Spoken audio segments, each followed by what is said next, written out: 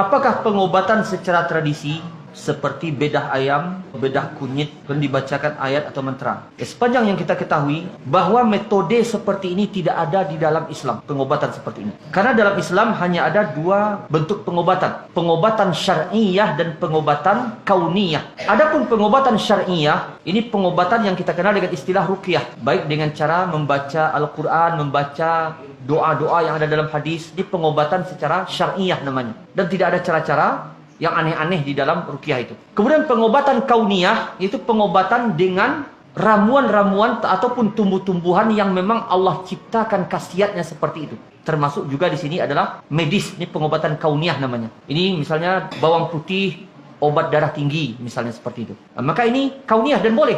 Adapun yang ketiga, maka ini pengobatan syirkiyah namanya. Apa itu syirkiyah? Yang tidak terpenuhi yang dua ini. Kalau dikatakan dia syariah, mana dalilnya? Misalnya bedah ayam, ada tidak dalil hadisnya? Tidak ada, berarti dia bukan syariah. Kalau dikatakan kauniyah, bagaimana penjelasan logisnya, ilmiahnya? Karena kauniyah itu bisa dibuktikan dengan ilmu pengetahuan. Misalnya bawang putih tadi. Maka kalau diperiksa, misalnya di labor, diteliti, betul terkandung di dalamnya zat yang bisa menurunkan darah tinggi atau anti kanker. Itu terbukti secara ilmiah. Tapi apa penjelasan secara ilmiah bedah ayam ini? Coba sebutkan. Kalau dia bukan syariah, bukan pula ilmiah, maka dia yang ketiga, dia adalah syirkiyah tadi. Pengobatan syirik. Karena seandainya ini pengobatan ilmiah, maka mungkin Pak Dokter akan mengusulkan nanti bikin di rumah sakit daerah itu satu kamar khusus ruang bedah ayam. Bagi siapa yang tidak punya duit untuk ronsen, silakan masuk ke ruang bedah ayam.